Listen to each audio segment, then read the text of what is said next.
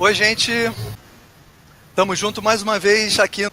E eu estou muito feliz de estar junto com o professor Roberto Nascimento Maciel, que está com a gente para falar de um assunto que a gente vem conversando já há algum tempo, sobre placas oclusais, e a gente resolveu trazer hoje para vocês esse assunto.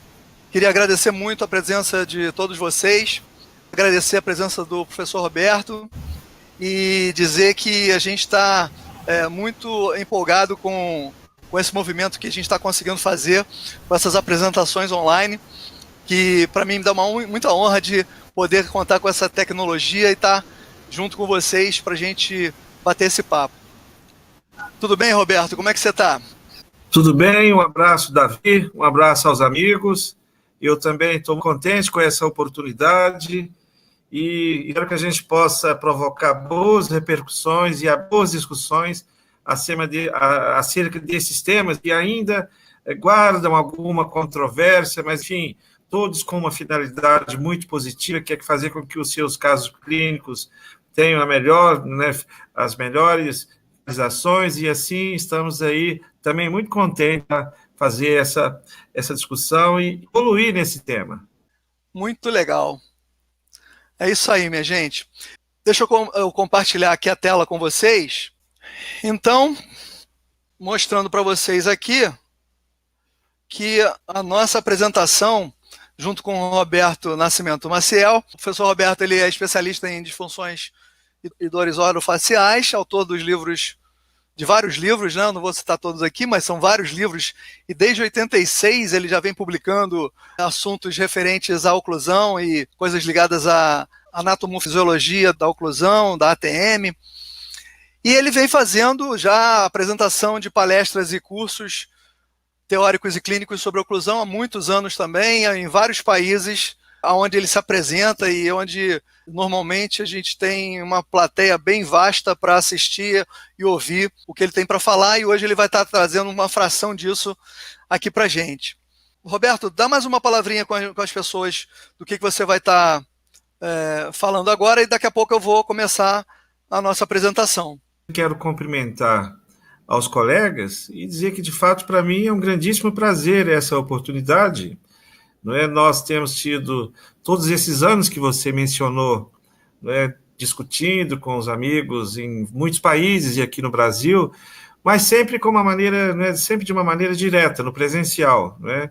Isso. E, claro, essa modernidade é muito bem-vinda, não podemos estar em todos os lugares, e, de fato, eu espero que a gente possa, se não dominar perfeitamente essa modalidade, mas que a gente possa, não é, conseguir passar um pouco da experiência, um pouco da nossa vivência aí para os colegas das mais diversas áreas, da reabilitação oral, da ortodontia, da reabilitação sobre implantes, das disfunções temporomandibulares, enfim, temos aí um bom material, uma boa experiência, uma boa vida de odontologia, são 38 anos de odontologia para a gente discutir com os amigos. Portanto, muitíssimo obrigado pela presença dos colegas queridos e, enfim, muito obrigado mesmo. Vamos agora para frente, tá bem? Então, pessoal, vamos então começar esse nosso bate-papo sobre as placas oclusais, comentar brevemente sobre as controvérsias admitidas nas escolas, as filosofias, e essa controvérsia persistente que já existe desde muitos anos, não é? A própria terminologia ela não é uniforme a partir, por exemplo, da língua inglesa. Existem títulos, nomes, nomenclaturas que são diferentes, não são uniformes. Reposition Splints, talvez uma das mais tradicionais, não é a placa de Michigan Occlusal Splints, e assim por diante. Muito comum hoje serem chamadas de Night Guards, com as atuais indicações como protetor dos tecidos passivos.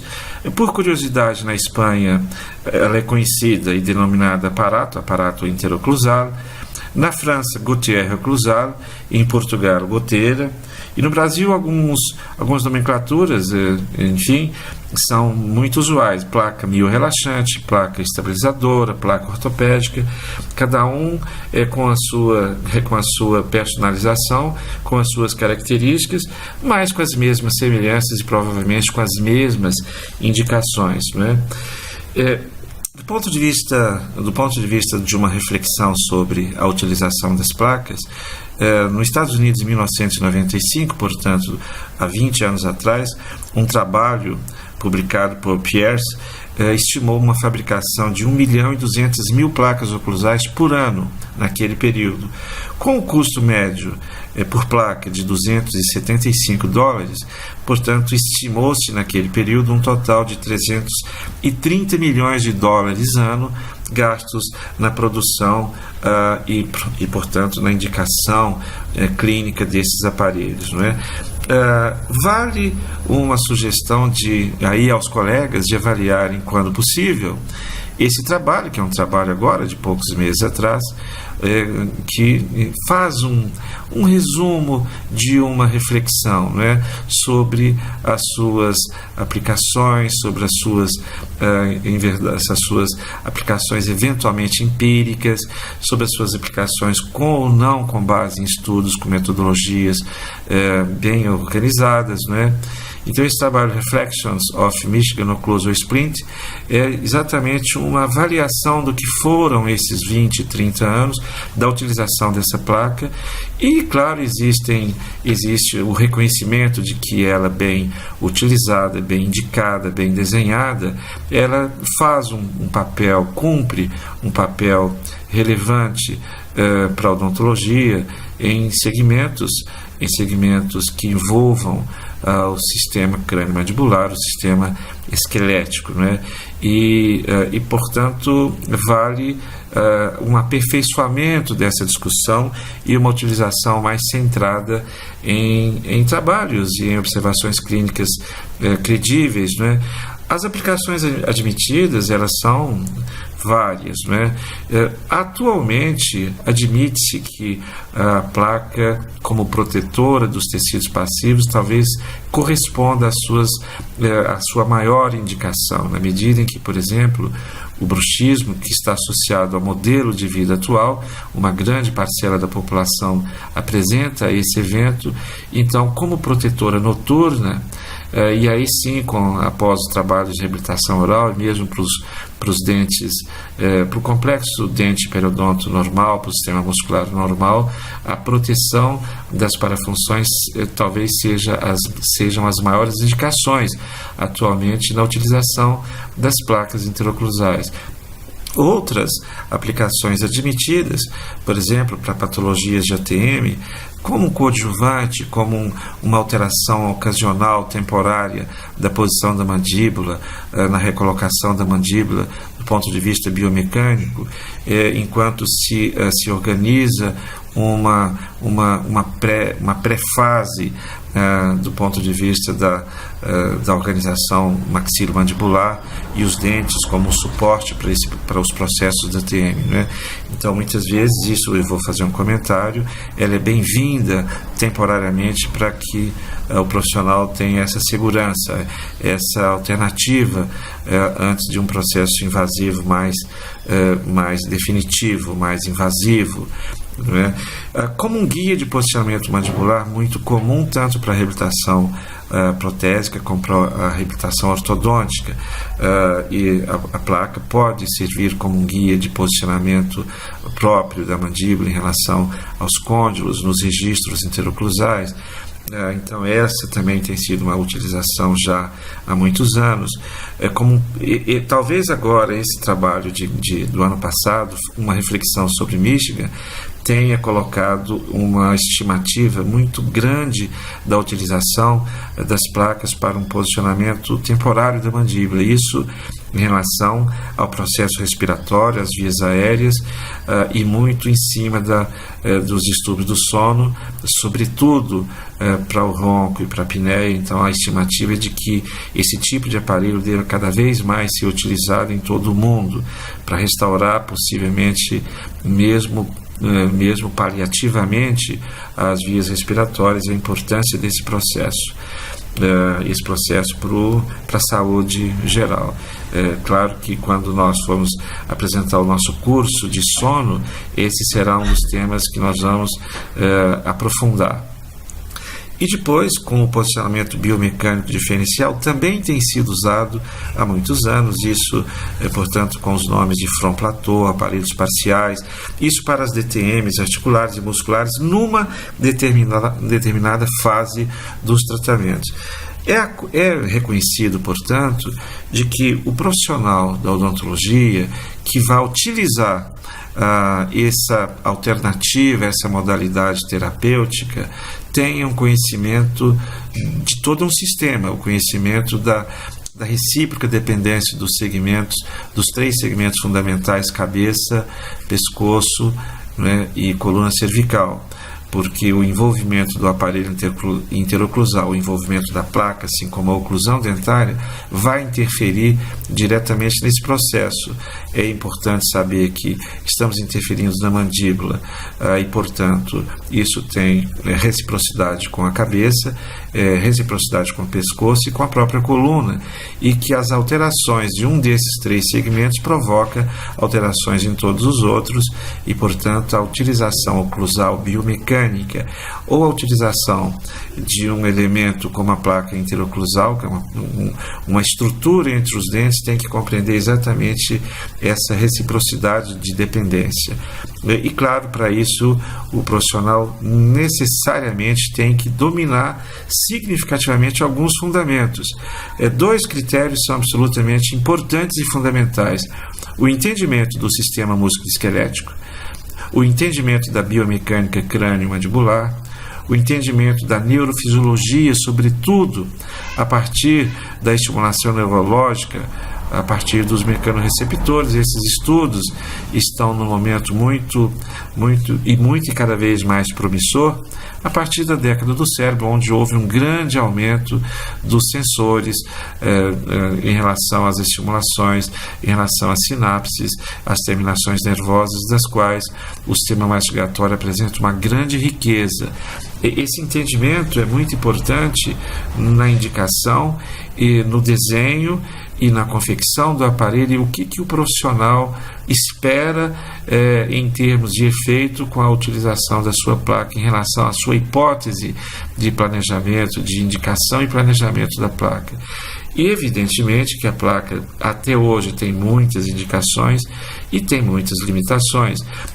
Se me permitem os amigos, vale uma reflexão em de que por muitos anos a odontologia utilizam as placas, sobretudo a partir dos anos 40 do século XX, e que talvez em relação, por exemplo, ao bruxismo, um dos nossos equívocos históricos tenha sido, por exemplo, abordar o bruxismo desde o início com a utilização de uma placa oclusal e, da mesma forma, terminando a abordagem do bruxismo também com uma placa oclusal. Né? Uma placa oclusal, evidentemente, que não trata o bruxismo, embora a sua utilização, como nós vamos considerar agora, proximamente, nos próximos aqui slides, embora a utilização da placa como mecanismo de um balanceamento das forças e cargas aplicadas aos tecidos passivos tenha uma grande positividade. Né? E o segundo nível de critério de fundamentos para aplicação clínica propriamente dita. E, claro, com isso, evidentemente que há que se ter um apoio técnico laboratorial apropriado, com materiais apropriados de menores volumes possíveis, com texturas de materiais modernos e naturalmente, da mesma forma como critério, a qualificação para manejar clinicamente esses aparelhos na cavidade oral. Olha, o entendimento da arquitetura, da simetria do complexo crânio-cervical, crânio-cérvico-mandibular, torna-se muito importante em termos de estabilidade. A meta de qualquer tratamento, de qualquer abordagem músculo-esquelética ou biomecânica que envolva o complexo mastigatório, e evidente que envolve naturalmente todas as estruturas que acompanham esse complexo. De modo que a arquitetura tem que ser entendida com esses seis sistemas. O sistema oclusal, a morfologia, a oclusão dentária naturalmente, a morfologia crânio-facial, o sistema temporomandibular, o sistema neuromuscular e as funções orofaciais e, finalmente, a postura geral fisiológica, todos comandados pelo sistema nervoso central. Qualquer tipo de abordagem tem como meta o equilíbrio de todos esses segmentos, de todos esses setores. E esse cuidado, a partir desses fundamentos, faz com que o profissional tenha a possibilidade de, ao interferir nesse sistema, não provocar mais problemas do que o processo, o transtorno, a disfunção em si. A placa interoclusal, portanto, por conceito, por definição, ela é normalmente feita por resina acrílica, tradicionalmente por resina acrílica, salvo atualmente boas alternativas de materiais modernos. As placas recobrem parcial ou totalmente os dentes, portanto, fornecem a ancoragem para a utilização dos aparelhos.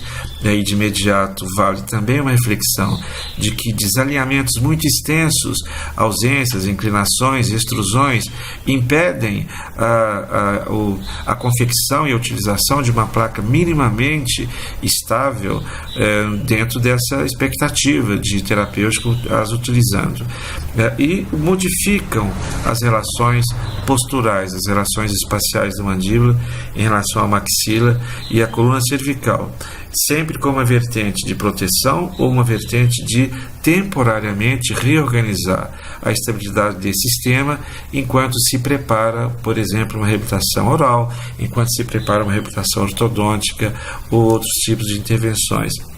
Do ponto de vista histórico e da evolução da utilização das placas, do ponto de vista histórico, não faz tanto tempo que as placas de cobertura total começaram a ser utilizadas. Até ainda final dos anos 70, começo dos anos 80, o que se utilizavam eram as placas parciais. E desde os anos 40, 45, elas foram muito utilizadas, com o objetivo de proporcionar um equilíbrio mecânico através do tripé, apoio anterior e 2 côndilos mandibulares, e com isso obtermos uma simetria musculoesquelética, fundamentalmente com um diagnóstico diferencial que permita, durante tempos seletivos e monitorados, uma reprogramação dos registros e das posições dos componentes desse sistema que servissem para uma transferência ao articulador ou para, para ajustes, balanceamentos diretos nos tecidos naturais, nos dentes, etc., mas muito indicativos como preparação para os registros, para colocação em articuladores e reabilitações. Durante muitos anos, esses aparelhos foram utilizados e, na verdade, há que se considerar que a utilização das placas parciais são indicativas de um ótimo número de interessantes resultados positivos, de uma casuística grande clínica durante muitos anos, por muitos profissionais, na medida em que se percebe que esse equilíbrio, esse tripé de equilíbrio com um contato anterior e 2 côndilos de referência formam de imediato um equilíbrio, uma simetria entre os músculos, entre a origem e inserção dos músculos crânio-mandibulares, e esse é uma das e o próprio equilíbrio dos 2 côndilos do ponto de vista ósseo. E esse é o processo inicial do entendimento oclusal e do entendimento da utilização temporária das placas oclusais. Vale, portanto, lembrar que esse entendimento, essa estabilidade crânio-mandibular, da qual as placas justificam a sua utilização, e nós não estamos aqui falando ainda em relação à prótese, foram formuladas previamente algumas perguntas, a questão de relação cêntrica, oclusão cêntrica, que são temas, terminologias utilizadas objetivamente na reabilitação oral, pouco utilizadas na reabilitação ortodôntica e na clínica geral. E entretanto, as placas não são exclusividade da reabilitação oral. As placas têm indicações para todas as áreas da odontologia, desde que se compreenda as suas variáveis. Então, a variável muscular, a variável musculoesquelética é sempre muito importante que seja compreendida. A distância entre origem e inserção, por exemplo, caracterizam planos longitudinais ao longo desses músculos e estabelecem um grau de tensão entre a parte fixa e a parte móvel do esqueleto. Por exemplo, os músculos temporais, os músculos masséteres, apresentam a sua origem numa parte fixa e uma inserção numa parte móvel. E esse equilíbrio musculoesquelético passa pela oclusão e pode passar temporariamente pela utilização da placa, que é um método reversível de começo de tratamento. É admitido, portanto, que o processo final, a meta final, sejam as posições de repousos musculoesqueléticas e que podem ser registrados e monitorados através da eletromiografia, e até possível aplicar uma terminologia chamada simetria musculoesquelética eletromiográfica, que vai definir se os dois lados estão perfeitamente simétricos, isso em relação aos métodos clínicos, para que haja documentação em relação, por exemplo, à parte final de reabilitação oral, reabilitação ortodôntica, etc. Portanto, a placa ela pode funcionar estabilizando a mandíbula em relação a estes músculos, e admite-se que uma placa dentro do espaço livre funcional pode funcionar perfeitamente, adequando, diminuindo o grau da fadiga muscular, provocando um razoável apoio mecânico para esse relaxamento, alivia estruturas neurovasculares e permite, portanto, um significativo nível de repouso e melhora, claro, o efeito das modalidades que estão conjuntas dentro desse processo. Vale recordar que a placa isolada quase nunca representa um tratamento. A placa sempre tem que ser acompanhada por diversos outros procedimentos dentro dessa finalidade. Os critérios que podemos aqui enumerar são os critérios convencionais, os critérios já consolidados ao longo da história, e eles são muito utilizados na oclusão dentária. Portanto, esses critérios, o critério fundamental da placa é reproduzir o que a oclusão ideal, a oclusão ótima, como referência, teria. Enquanto não é possível passar para o sistema dentário esses critérios ótimos de estabilidade maxilomandibular em definitivo para os dentes, vale utilizar uma placa e obter, se não de imediato, mas progressivamente, através de ajustes, etc., de tratamentos das outras estruturas, a estabelecer esses critérios.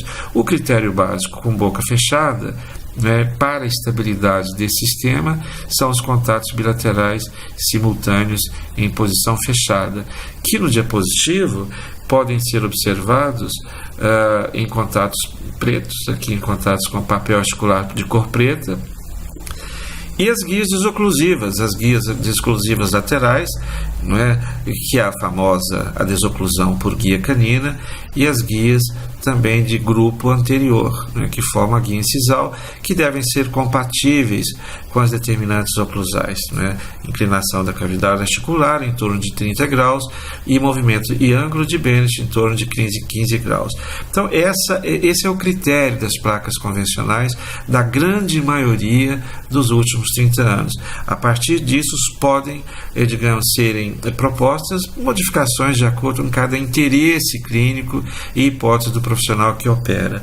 Essas placas podem muito bem serem hoje, digamos, elas podem ser testadas por aparelhos de sensores oclusais muito atuais, não é, utilizados na oclusão digital, como o TechScan, como o OcclusoSense, que está sendo disponibilizado logo no segundo semestre aqui na odontologia brasileira, e portanto esses critérios eles podem ser adquiridos, eles podem ser obtidos com um rigor praticamente de precisão.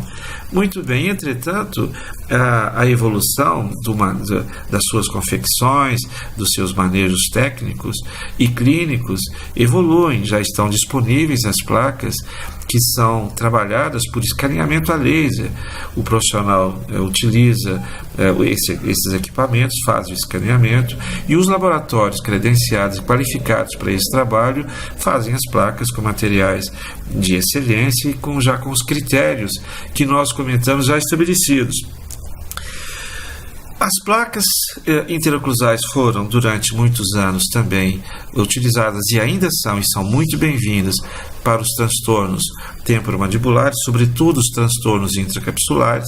É evidente que há que se conhecer o posicionamento condilar, que também está na disciplina de oclusão, as suas relações biológicas, os seus espaços virtuais, o espaço da zona bilaminar, o espaço retrocondilar, o espaço para o disco articular e assim por diante, que muitas das placas não observam apropriadamente esses espaços, e esse é um dos fundamentos, digamos, dos critérios biomecânicos para a utilização da placa, o posicionamento apropriado dos côndilos mandibulares em todas as idades, em todas as indicações. Vale uma rapidíssima revisão anatômica. Aqui o côndilo mandibular, esse é um corte anatômico nosso que apareceu na capa do nosso livro de 2000, o livro ATM Dor Crâniofacial.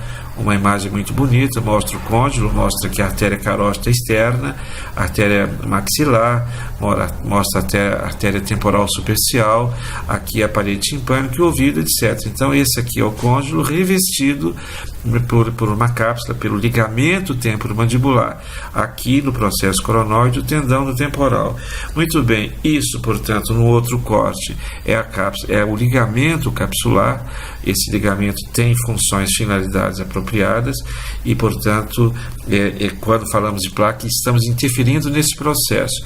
E aqui o desnudamento da parte intracapsular, o côndilo mandibular, os seus pseudoespaços biológicos articulares, o disco articular, a vascular e a neural, a zona bilaminar. Essa zona bilaminar é rica em tecidos neurovasculares e neurosensoriais, o ouvido, etc. São diapositivos muito bonitos, de autoria do professor Júlio César Turel de Montevidéu, já classicamente conhecidos. Para a TM, portanto, há um gráfico, um organograma, que permite avaliar qual seria o papel da placa oclusal. Resumidamente, o papel da placa oclusal seria de que, se o paciente apresenta sintomas de dor, era razoável, durante uma fase, trabalhar com os métodos de alívio e restauração da funcionalidade crânio-mandibular antes de uma possível intervenção ortodôntica, uma intervenção protésica ou de desgaste, etc. Então, durante um período, se utiliza a placa interoclusal, durante o período, que pode variar de caso para caso, e essa placa passa a ser uma referência para o planejamento da estabilidade definitiva depois das relações crânio-mandibulares, seja por reabilitação, seja por ajustes, ou apenas se essa placa foi suportada por tecidos saudáveis, por dentição saudável, oclusão boa, fisiológica, que essa placa tenha funcionado para permitir uma recuperação de algum processo inflamatório, disfuncional da TM, que essa placa agora sirva como uma referência para monitoramento e controle posterior. Então, os objetivos, eles são clássicos, os objetivos da placa para as disfunções e para transtornos da articulação temporomandibular reduzir o contato compressivo, localizar a melhor posição para a posição do cônjuge, portanto, é razoável e admitido que sejam necessários 4 ou 5 ajustes dessa placa. Os efeitos esperados, não é? Redução do edema intracapsular, quando há esse edema intracapsular, esse edema intracapsular, não é? E que permita um espaço apropriado para que haja como se fosse uma cicatrização dos tecidos que eventualmente foram lesados. E, lógico, progressivamente a placa vai permitir a restauração das funções e, portanto, neste caso é razoável que as placas sejam dotadas de guias, que sejam guias compatíveis com as determinantes oclusais da articulação temporomandibular, e essas guias e essa estabilidade é que servirão para monitorar o planejamento das reabilitações definitivas. Aqui é um tempo médio de referência para alívio, para cicatrização e restauração funcional. Dessa forma, há duas situações: uma intervenção nos tratamentos da articulação temporomandibular. É bastante razoável que ela não seja, na medida que a dor ela altera todo o engrama da questão muscular, das posições, e não seria razoável obter registros apropriados, referências apropriadas para tratamentos definitivos. Então é muito razoável que durante uma fase se utilize os aparelhos interoclusais, as placas interoclusais, bem desenhadas para essa indicação, para esse motivo, enquanto os outros tratamentos, sejam medicamentosos, com a utilização de laser, utilização de toxina, etc., permita que todos os tecidos entrem para uma fase de reparação e de restauração da sua normalidade, para em seguida entrar para uma segunda fase de avaliação da biomecânica e da oclusão dentária. A ortodontia, em particular, que faz um trabalho excepcional, de excelência para o sistema mastigatório já há muitos anos, não só no Brasil como no mundo todo, mas durante um tempo a ortodontia provavelmente não tenha se preocupado tanto em relação à TM, e o que hoje já se modificou. A ortodontia, nesse momento, reconhecidamente, tem uma grande capacitação de manejo da TM, da articulação temporomandibular, de todas as suas variáveis de transtornos e doenças, e, portanto, é perfeitamente admitido que haja, ao mesmo tempo, um tratamento com placas interoclusais, posicionando, por exemplo, o sistema musculoesquelético numa posição ideal de conforto e de estabilidade entre os 3 segmentos que nós mencionamos, e ao mesmo tempo que se estabeleça a mecânica ortodôntica. Isso já é feito e é uma excelente, digamos, alternativa para que haja uma dinâmica nesse processo. Quanto menor o tempo possível, não é, de tratamento com esses aspectos todos envolvidos, é melhor para os pacientes, não é? As modernas concepções, os modernos conceitos mudaram muitas das situações, sobretudo depois de situações clássicas, sobretudo depois da chamada década do cérebro, a partir de 1989 ao ano 2000, nos Estados Unidos, houve uma grande injeção de milhões e milhões de dólares no estudo das reações cerebrais, da relação cerebral com o restante do corpo, sobretudo nas questões neuromusculares, nas questões dos transtornos neurológicos, e, portanto, muitos dos conceitos clássicos foram questionados, alguns foram refutados e outros foram confirmados. Portanto, em relação à utilização da placa, surgiram outras concepções e que nós, dentistas, podemos considerar como promissoras, com a diminuição do tempo operatório, a diminuição de tempo de moldagem, de provas, de testes, etc. Então, admitimos 2 tipos para já de receptores neurológicos, dos mecanorreceptores periodontais, receptores que modulam a intensidade, a velocidade, a direção das cargas que são geradas em cima dos componentes passivos pelo sistema neuromuscular, e os efeitos dessa intensidade a capacitação desses receptores.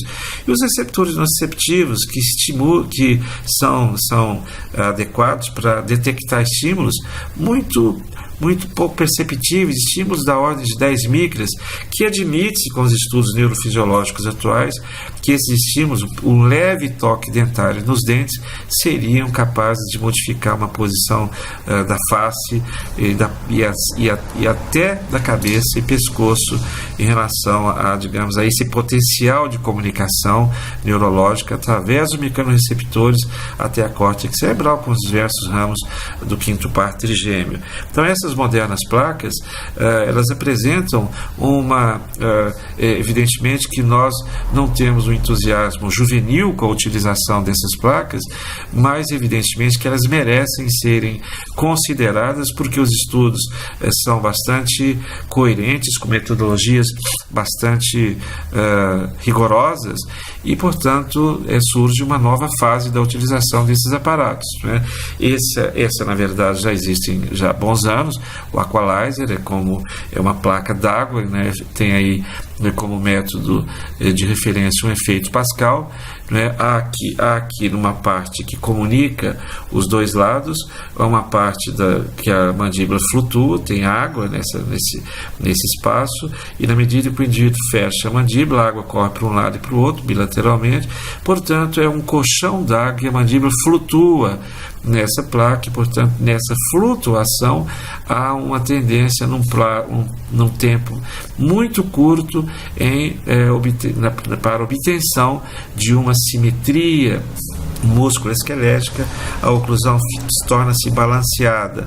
Um método para usar 2, 3, 4 dias, um fim de semana, mas já tem sido utilizado inclusive para fazer obtenção de registros de RC.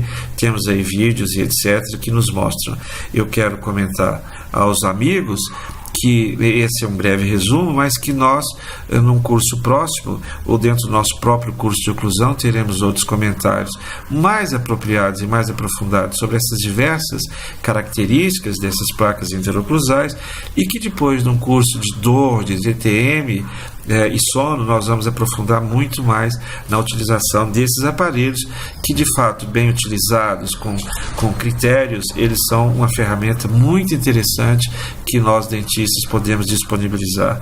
Então, essas modernas possibilidades trabalham muito com a desprogramação dos mecanorreceptores, que são, na verdade, admitidos, que são responsáveis pela mediação das cargas, e são das cargas que são conduzidas pelo sistema muscular e recepcionadas pelos dentes, né? Então, essas cargas são muito mediadas por esses mecanorreceptores. Por exemplo, um periodonto com problemas, a recepção dessas cargas terá um espectro, um periodonto saudável terá um outro espectro, e um esmalte saudável, e assim por diante. Portanto, essa variação faz parte da interpretação e da análise do operador, do colega dentista, para o manejo clínico desse processo. Muito bem, há um sistema Bite-Splint. Esse sistema está aqui no Brasil, ele é muito parecido com o sistema que nós observamos no Reino Unido e no próprio Estados Unidos. É um sistema que se ajusta automaticamente a todos os tipos e tamanhos de arcadas, né? Há uma tecnologia de ajuste dos planos oclusais. Esses aparatos são de alta resistência, eles não estimulam contrações, na verdade, porque eles não são materiais softs, né? Não são macios, não intercuspidam. Então, eles são muito utilizados atualmente, ainda utilizando a metodologia, a hipótese das modificações proprioceptivas, das forças que são inseridas no complexo dente-periodonto, né? Então, essas placas, elas estão disponíveis, é um sistema autoajustável, elas necessitam de contatos bilaterais, naturalmente. Então, é uma nova concepção, né? Modifica propositivamente, né, os sistemas. Existem já bons trabalhos e um grande número de clínicos que as utilizam, porque tem a grande vantagem de já serem pré-fabricadas, né? Tem uma flexibilidade dos planos oclusais, se adequa a todos os tipos e tamanhos. A curva de SPI, mesmo ela tendo alterações, os planos oclusais eles são flexíveis e se alteram. E o material é de poliuretano, quer dizer, não existe possibilidade de serem desgastados, de serem alterados, né? Então isso está disponível no nosso mercado, e o próprio comércio das placas no mundo todo, na medida que se percebe que ela tem de fato uma aplicação significativa em várias condições clínicas, ela tem aplicação nas várias especialidades, nas várias áreas, ela tem aplicação antes, durante, depois, eventualmente de processos ortodônticos e pediátricos. As placas elas podem ser utilizadas antes de implantes ou durante, enfim, a aplicação das placas apresentam uma grande maleabilidade de possibilidades, desde que o operador tenha uma condição, tenha uma consciência clara de qual é o seu papel, de o que ele quer em termos de efeito da utilização de uma placa.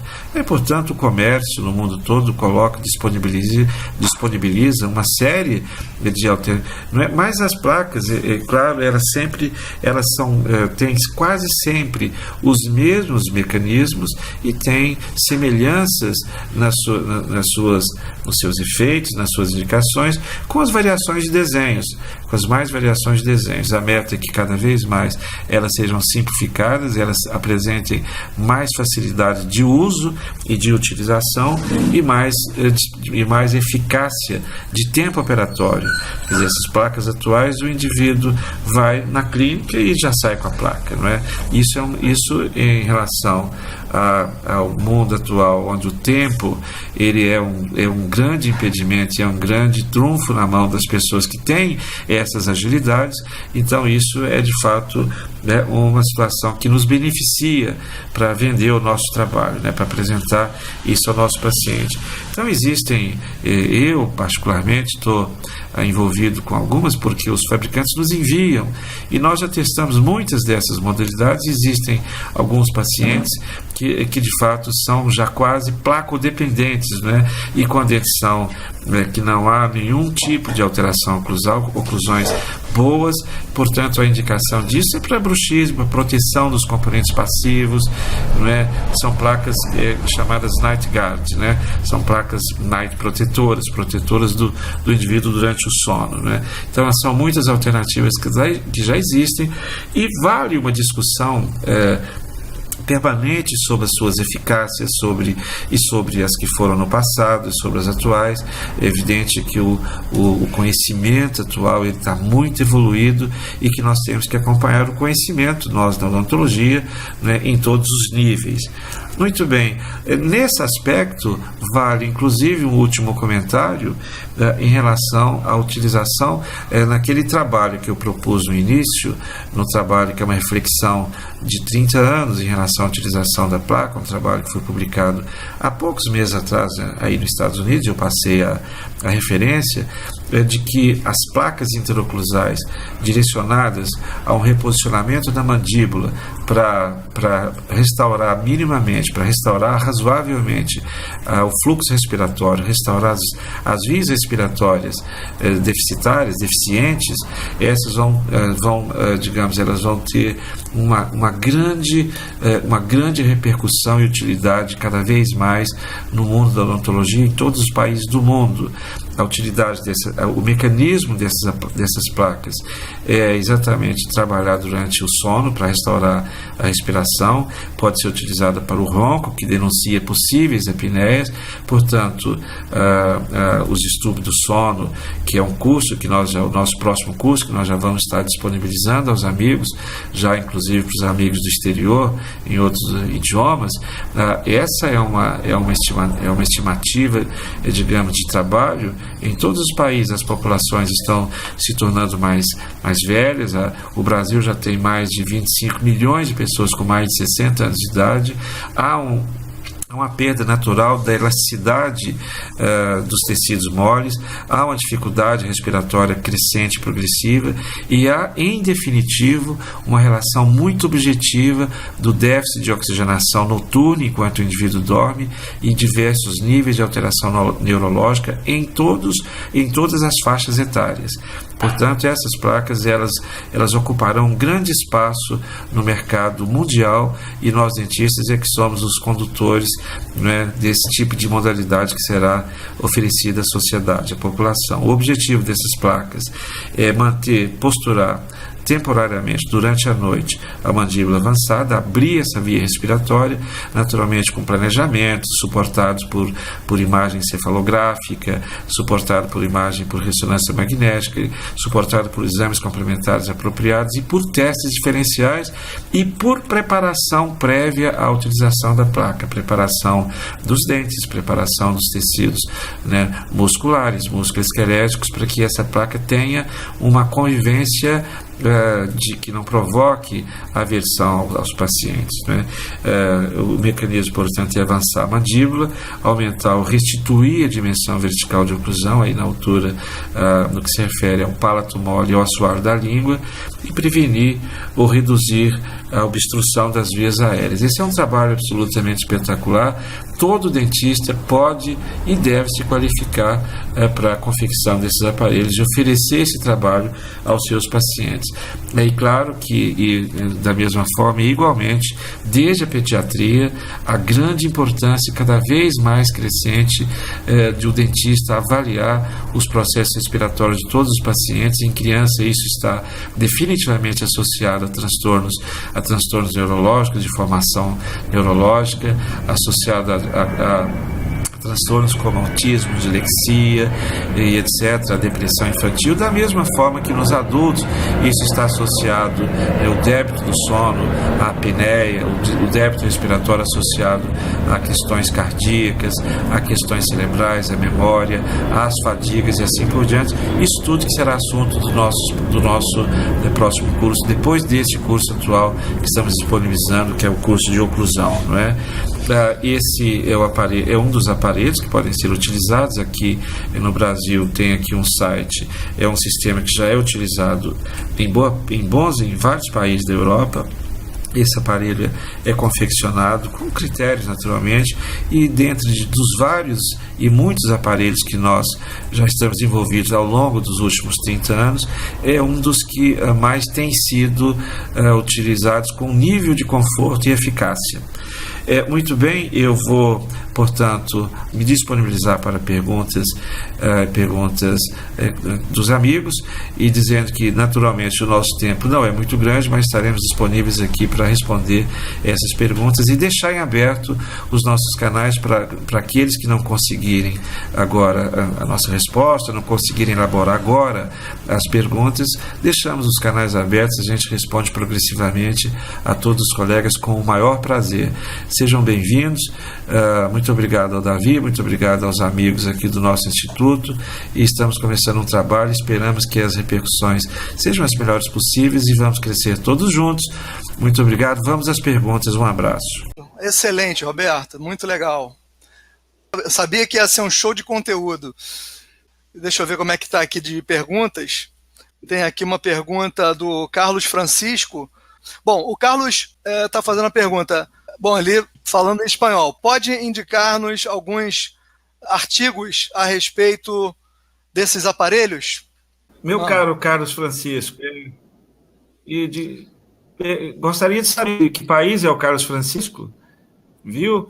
Mas já vamos adiantando que com todo prazer nós temos agora, portanto, aí as nossas redes, os contatos que ele pode acessar e pode encaminhar a sua direção, e que nós encaminhamos alguns artigos de tudo que nós comentamos aqui. Não há problema nenhum, com todo prazer, com todo o nosso gosto, Carlos Francisco. Então, o Paulo Humberto está perguntando qual é a espessura ideal da placa de proteção e qual é o material. Perfeito, e essa é uma boa pergunta, quer dizer, boa reflexão. Na verdade, a espessura tem idealmente que estar dentro do que nós chamamos de espaço livre funcional, não é? Que isso seria uma posição de discrepância entre a chamada relação cêntrica e a máxima intercuspidação. Esse espaço varia aí, tem uma variação da ordem de 3 milímetros. Entretanto, por exemplo, para mordidas profundas, existem algumas variáveis que devem ser consideradas, né? Mas a média de espessura é 3 milímetros. Como não deveria ser espessura muito ampla, porque nós vamos provavelmente colocar tensões nos músculos esqueléticos, né? Como também não pode ser muito fina em geral, porque já no primeiro ajuste full pode dar e assim por diante, né? Os materiais plásticos, o material ele não tem uma grande importância a não ser a sua textura, a sua qualidade. É mais importante o mágico do que a vara, né? Quer dizer, o clínico que maneja bem clinicamente esses materiais, ele é muito mais importante no processo do que o próprio material. Mas um acrílico de bom nível, ou atualmente existem algumas alternativas muito boas a vácuo, etc. Portanto, essa é mais ou menos a ideia aí para o amigo Paulo Humberto, tá bem? Beleza, muito bom. Deixa eu ver, tem outra pergunta aqui. O Josney e o Júlio fizeram uma pergunta parecida, mais ou menos na mesma hora. Qual o nome comercial aqui no Brasil? Deve estar se referindo a algumas placas que você mostrou naquelas caixas. Sim. Os nomes comerciais estão disponíveis aí. Agora, o nome comercial, por exemplo, para a placa da apneia, não é, que ela é feita num laboratório exclusivo, mas que, entretanto, existem quase que no país todo já laboratórios credenciados pela matriz, que é Goiânia. Então, é o Odonto Apneia, que é o nome comercial da placa. Nós disponibilizamos ali no final do PowerPoint o site, não é? E caso haja necessidade, nós podemos, inclusive, reforçar esta informação.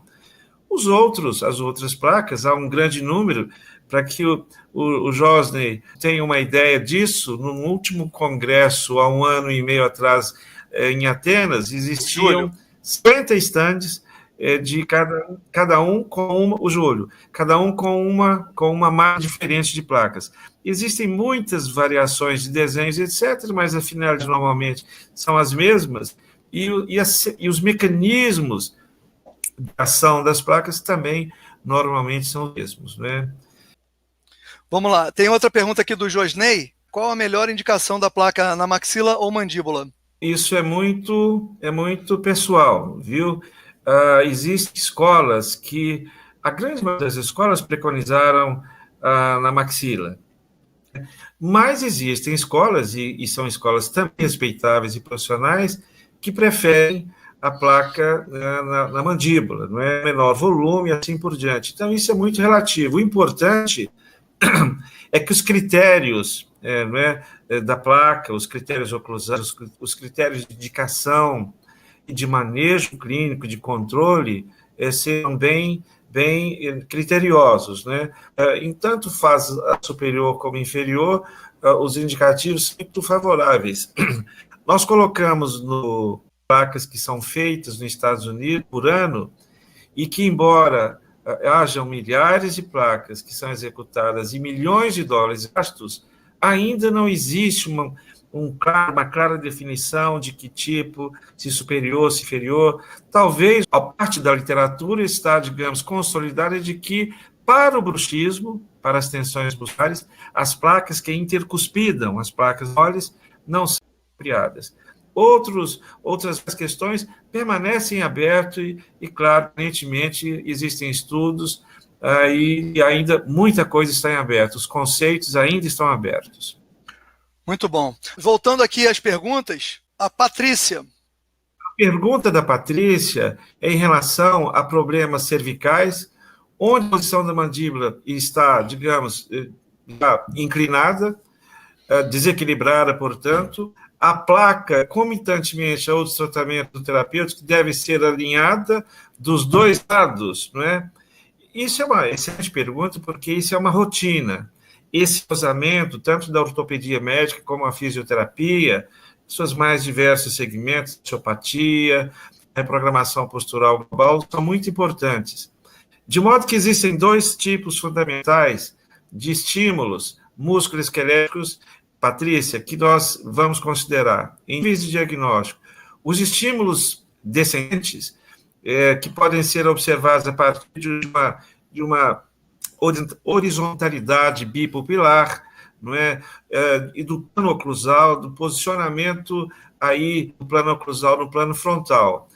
Qualquer alteração nesses segmentos, por exemplo, evite uma alteração oftalmológica e ele altera o campo visual e ele altera a posição da cabeça, pode gerar estímulos descendentes encadeando para inferior e afetar problemas cervicais. Neste caso, se for no plano oclusal, quando nós vamos fazer a placa, nós, na verdade, vamos estar tratando também, assistindo também ao fisioterapeuta na questão cervical, que é um efeito do processo. E a recíproca é verdadeira. Qualquer alteração postural, comprimento das pernas, inclinação pélvica, alterações cervicais, lordose, escoliose, etc., vão gerar estímulos ascendentes, alterar a posição da mandíbula. Neste caso, antes do desenho da placa, é preciso que haja um diagnóstico da fisioterapia ou da ortopedia para determinar se a placa acompanha ou não na sua espessura bilateral. Não é? Sabendo que existe ainda, Patrícia, crescimentos distintos de um lado da arcada e do outro, e que, portanto, muitas vezes a espessura da placa ela não é uniforme dos dois lados. Não é? Então, é também um problema que tem que ser considerado e discutido com a ortodontia em relação a crescimento, alinhamento e etc. Então, isso, na verdade, foi uma boa pergunta, uma boa ponderação, e isso vale, digamos, discutimos mais esses assuntos nesse embasamento da oclusão, da odontologia em si com a fisioterapia. A sua pergunta ainda se a placa acompanha o início do tratamento, então tem que passar por essa ponderação. E se me permite, para completar, tem uma pergunta da Shelley, a nossa colega, se as placas devem englobar todas as superfícies oclusais ou as placas utilizadas somente na região anterior também têm boa indicação. Shelley, normalmente, as placas parciais, tanto anterior, que é a mais frequente, como a posterior, têm indicação de diagnóstico diferencial para um tempo limitado de uso, para observar respostas e essas respostas nos oferecer maiores informações acerca do que se passa. Entretanto, por exemplo, quando há um processo oclusal deteriorado no setor posterior, a utilização de uma placa anterior pode ser um pouco mais longo, naturalmente. E, em relação às placas de cobertura total, a questão justamente há que se ter minimamente uma curva de SPI, curva de Wilson, que senão as placas de cobertura total se tornam muito irregulares, e aí perde, digamos, o efeito na medida em que os mecanismos que nós estamos propondo em relação ao balanceamento se perdem, não é? Agora, em relação a englobar todas as superfícies, não é? Isso já é aquela questão técnica. Quanto menor o volume da placa, melhor a aceitação do paciente, e quanto menos incomodar bochecha, lábio, língua, etc., também melhor a aceitação. Claro, isso tem a ver com questão técnica de retenção da placa, que ela não fique soltando, e etc., não é? Então, são perguntas técnicas, práticas, muito interessantes. Muito obrigado, viu? A pergunta também que surgiu durante as inscrições diz respeito àquelas que a gente colocou, qual é a melhor oportunidade, qual é a melhor opção para trabalhar com um paciente que, de certa forma, resiste um pouco para a questão de adotar a placa como sendo uma coisa terapêutica para ela, e muitas vezes o paciente resiste, não quer dormir do lado do cônjuge com aquela peça e tudo. Como é que você comentaria isso, Roberto? Na verdade, nós dentistas, eventualmente, essa dificuldade. Na minha idade, a essa altura profissional, nós temos uma postura muito, muito rigorosa em relação ao paciente. O paciente tem um problema, nós eventualmente somos contratados para resolver o problema e o paciente tem que seguir as nossas orientações, não é? Nós vemos o paciente andar de gesso no pescoço, aí na rua, parecendo uma múmia do Egito, e não reclama do médico, que nós, eventualmente, põe uma placa interoclusal e ele reclama, não é? De qualquer forma, uma coisa nós temos que reconhecer: existem muitas placas que, tecnicamente, não são bem desenhadas e bem elaboradas, e elas, de fato, incomodam muito, né? É verdade. E dificultam um grau de conforto.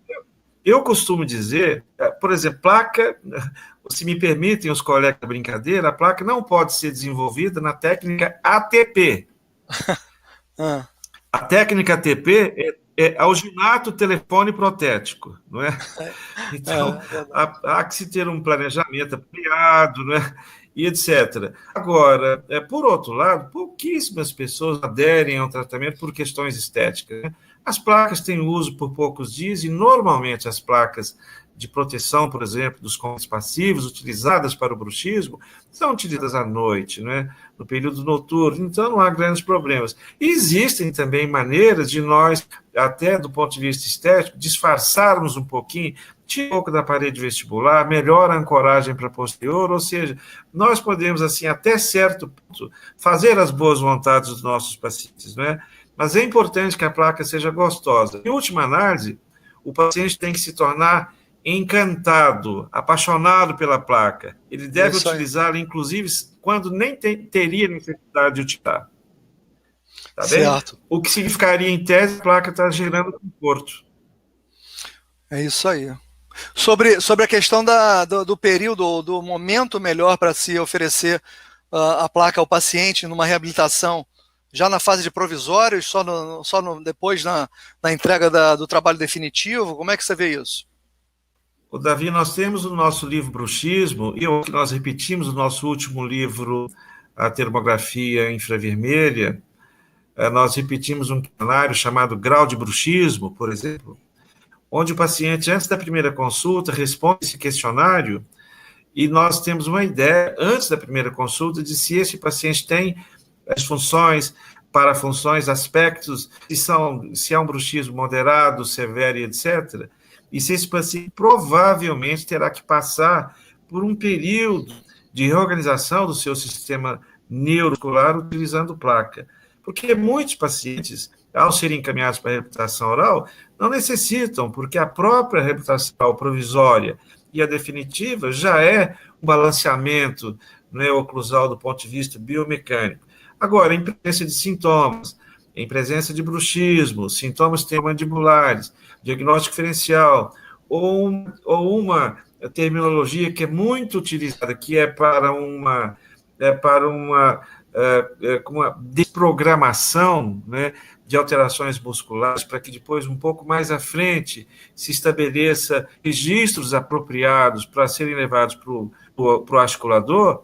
Então, nesse caso, a placa é bem-vinda, né, nesses momentos. Se utiliza muito hoje ainda as placas também depois do trabalho como proteção, não é? Já que os padrões de bruxismo, eles hoje, reconhecidamente, são basicamente derivados do sistema nervoso central e mais fica 5, 10% derivados da própria condição dos mecanorreceptores periodontais, como nós escutamos, e, portanto, mesmo em presença de oclusão espetacular, seja natural ou obtida pelo trabalho reabilitador, o indivíduo vai bruxar. Então, vai bem para esses pacientes uma placa protetora, nunca isolada, junto com, né, com outras modalidades que se interagem. Né? E hoje nós temos assim uma grande possibilidade de dominar amplamente o bruxismo dos nossos pacientes. Tá bem? Muito bom. A Luciane faz uma pergunta aqui: quando deve ser indicada a criança de dentição decíduo e mista? Qual placa é indicada? Luciane, excelente pergunta. Quero dizer, inclusive, que a atenção da pediatria e da clínica geral à criança, ela tá, digamos, assumindo uma grandíssima importância em os países do mundo, justamente pelos estudos da chamada hipóxia intermitente, que é a deficiência de respiração em crianças, gerando transtornos neurológicos. E, portanto, a oclusão dentária nessas crianças vai tendo uma grandíssima importância em relação às discrepâncias oclusais, sobretudo as classes 2 mordidas profundas. E na medida em que houver maloclusão entre essas crianças, pode sim, naturalmente, serem preparados aparatos temporários, por exemplo, as placas de planas ou outras derivadas das placas atuais da chamada ortopedia funcional, que vão facilitar, digamos, o estabelecimento da via respiratória e ainda vão também trabalhar positivamente no desenvolvimento facial, no crescimento normal das crianças. Então, muito bem-vindo, viu, Luciana? Essa pergunta é muito importante e eu, inclusive, quero até, nesse aspecto, sugerir um livro da doutora Rosana Cardoso Alves, que é uma neuropediatra muito conhecida no mundo todo, um livrinho muito lindo chamado Distúrbios do Sono em Crianças e Adolescentes, onde o tema respiração é o grande eixo do livro e, portanto, a importância de, eventualmente, utilizar, junto com a mecânica ortopédica, ortodôntica e tudo mais, temporariamente os aparelhos, tá bem? Outra pergunta aqui do Adriano. Adriano marca. Para o bruxismo excêntrico, o com mais usual é a placa ali, ou com a dentação evitando parafunção. O Adriano, a placa convencional até agora, em todas as hipóteses, ela tem que ser lisa como uma placa de vidro. A não ser uma situação muito seletiva que se utilizou durante o tempo, que eram as chamadas placas de recapturação de disco, onde nós avançávamos a placa e fixávamos aí nesse ponto, para que a mandíbula não recuasse, não fosse para posterior, isso para reposicionar o disco. Isso foi um tempo, isso também não mais, muito raramente se utiliza.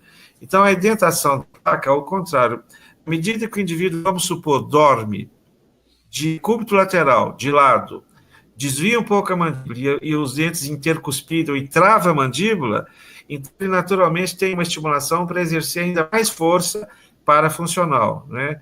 Então a placa é lisa, a mandíbula, se eu sou mineiro, então se me permite uma brincadeira, a mandíbula é que nem rabo de vaca, né? Gosta de uma liberdade, de ir para lá e para cá o tempo todo, não é? Então placa lisa é a grande indicada. Essa, inclusive, tecnicamente, é uma certa dificuldade com as placas a vácuo, mesmo sendo de 2 milímetros ou 3. Então, uma sugestão de quem vai fazer uma placa a vácuo, uma técnica que facilita o processo operacional, é pegar um modelo de gesso e cobrir as fossas centrais e fazer quase que dentes bem retinhos, e aí logo faz a placa a vácuo em cima dessa superfície reta, e aí temos aí a superfície lisa plana, para permitir essa liberdade mandibular, tá bem? Existem algumas placas que usam uma Espero coisa ter meio... tido. Oi. Então, ele vai comentar. Não, diga. Não, existem algumas placas que têm uma confecção mista, uma flexível internamente e rígida externamente. Como é que está sendo visto isso? Existem umas placas com material soft na região da ancoragem, elas são muito indicativas para cerâmicas, para materiais de restauração delicados, e então, internamente, não é, por dentro, existe um materialzinho soft para que a inserção desses aparelhos seja suave e não tenha possibilidade de lesar e de estragar restaurações, e na parte externa, aí segue os critérios normais. O que nos importa é a superfície oclusal, não é? Então, existem maneiras de ancorar, e aí os desenhos e a parte técnica tem uma certa liberdade para fazer esse requisito da ancoragem, tá bem?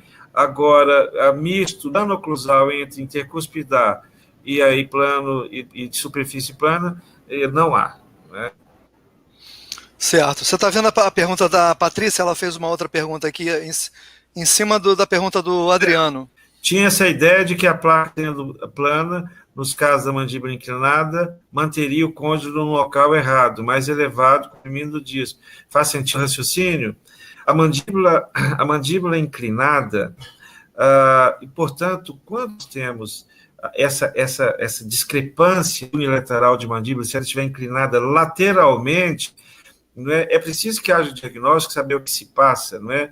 Porque nem sempre, nesses casos, a placa é indicada. Pode ser que haja, inclusive, patologia articular, com edema intracapsular, fazendo essa inclinação ser acentuada, não é? Viu, Patrícia? Então, e a questão da placa lisa, ela não é o que faz, digamos, o equilíbrio. No caso da inclinação, é a espessura que pode ser unilateral, tá bem?